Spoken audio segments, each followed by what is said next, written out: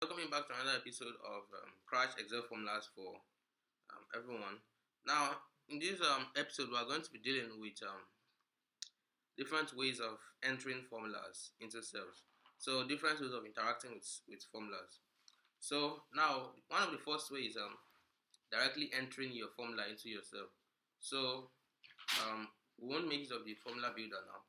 So, an example of this is I could just click this cell and if I wanted to look for the average of each of these numbers just equals to AVER. So and then I would so this drop down right here, this drop down of functions, you can see where the arrow is. So this drop down of different functions is called the Excel autocomplete. So you can turn it on or off by going to the Excel options. So just go to Excel and go to options. So you will get it in preferences, but we're not ready to do that now. So average, then I need to calculate the average of this one. So I could just separate them by commas. This one, then just click the cell you need to include in the range for the average, and then separate them by commas. Then the last one. Then I could also add a number too. I could say, okay, average of these numbers and another unique number, 67. Then your closing parentheses, and then when you click enter, you will get the average of all the numbers. So basically, the average of these three numbers is 300 plus 67. So if you check the formula bar, so you have it as equals to average B6 plus C6 plus D6 plus 67. So that is what it shows there. So that is what has given us this result of 300 right here. So another way of entering formulas is by using the formula builder. So that is just go to formula bar, and then when you go to the formula bar, you have this insert function. Then this is the formula builder at the right portion of the screen. So you have different numbers. You can also you can edit the numbers. So if you wanted to edit your formula, you can also make use of the formula builder. So many of you would have known that you make use of the formula bar for editing numbers. So you can also make use of the with formula builder for editing your formulas. So I could change this from C6. I could just click in this say and change it to C7.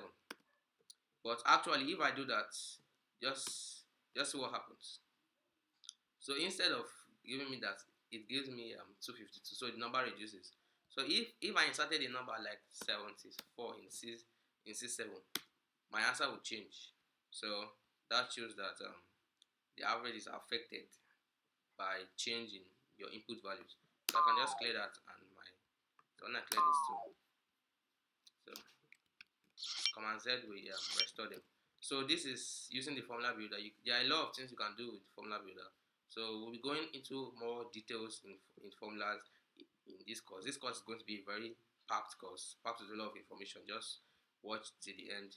So next, let's move on to another way of entering formulas. So if you can enter formulas directly, you can make use of the formula builder, or you can use the formula bar. So the formula bar, yes, you had me right, formula bar. So you could have been thinking that the formula bar is just for displaying formulas, but no, you can also use it to enter formulas. So I could just calculate the average. So let's say the average. So this Excel drop down average of 5, 6, 7, 8, and 9. Now a lot of smart people will be asking, where will our data enter? So you can know where your data will be by looking at the name box, but actually that has been we have that already. So we will not know where our data will be for now. We can know where our data will be that if it was before we typed in the formula. So I can just copy my formula. I can cut it Command X, and then this is where my data will be C7. You can also edit that. If I don't want it to be C7, I want it to be B1. Just type in B1. So it can be small letter or capital letter. So that is where our data will enter. So okay, rather B1. Then you click enter. Oh, I guess that can be changed as B1. So well, it looks like we have to change it manually. So just move the mouse pointer to B1. So I could move it to B1. That would be before this. Let's move to B1. So I have to move to B1 before we start typing anything. So equal to, I'll just paste my formula, and then when I click enter, we'll have the value of 7. So when you click that cell, you will still get the formula that resulted in the answer. So that's the third way of inputting your formulas. And then you can also see these ones between these three. So you can see these three. This cancel icon, and this good icon, and this fx icon. So the cancel icon is to cancel the function. The good icon is to enter the function, and then the fx is to go to the insert function by using the formula builder.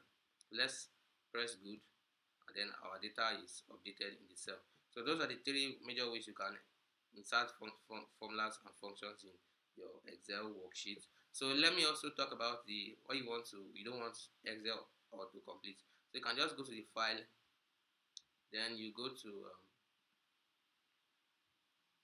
so we should go to the preferences. We could get that at in the Excel tab. So preferences, go to preferences, and then you go to under preferences. Let's go to autocomplete. So you can check that box, and then you don't need to complete anything. So, but I find it useful autocomplete, so I'll check it's good. So that is basically all for this video. I hope you've learned one or two concepts about Excel, and I hope to see you next episode.